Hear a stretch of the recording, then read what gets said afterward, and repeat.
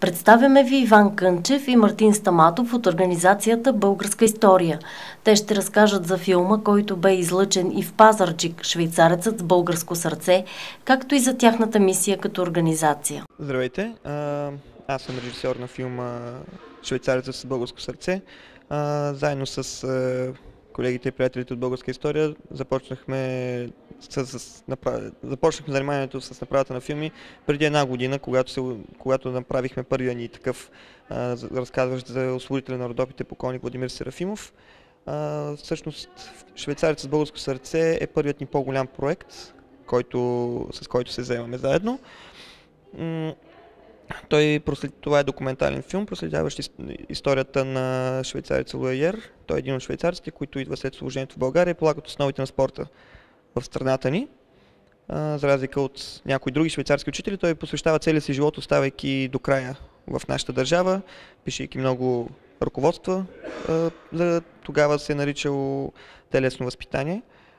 Също така бие се в 3 войни, като през Балканската война сформира юнашки легион и събира гимнастици от неговото юнашко дружество, което той спомага да се сформира из цялата страна. Личност, която в трагично положение намира сили да брани отечеството си като истински неин втори син.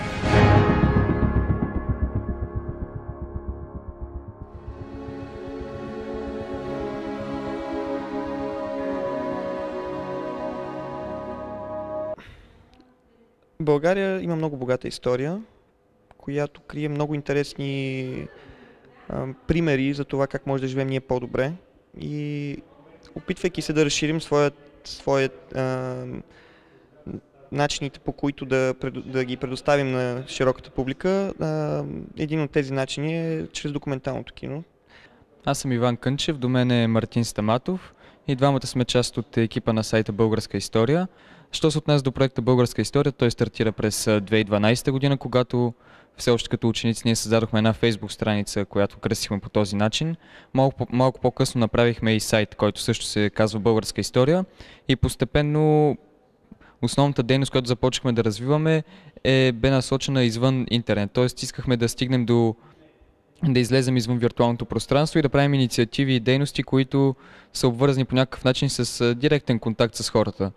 Точно за това започнахме една обиколка из българските училища, която ние наричаме така обиколка по родолюбие, защото влизаме в учебните часове по покана на преподавател и изнасяме един урок по родолюбие сред ученици, като другото основно наше занимание бе да обърнем внимание на онези малки населени места из България, които днес до голяма степен са забравени, чрез една поредица Легенди оживяват, която е също свързана с заснемане на кратки клипове.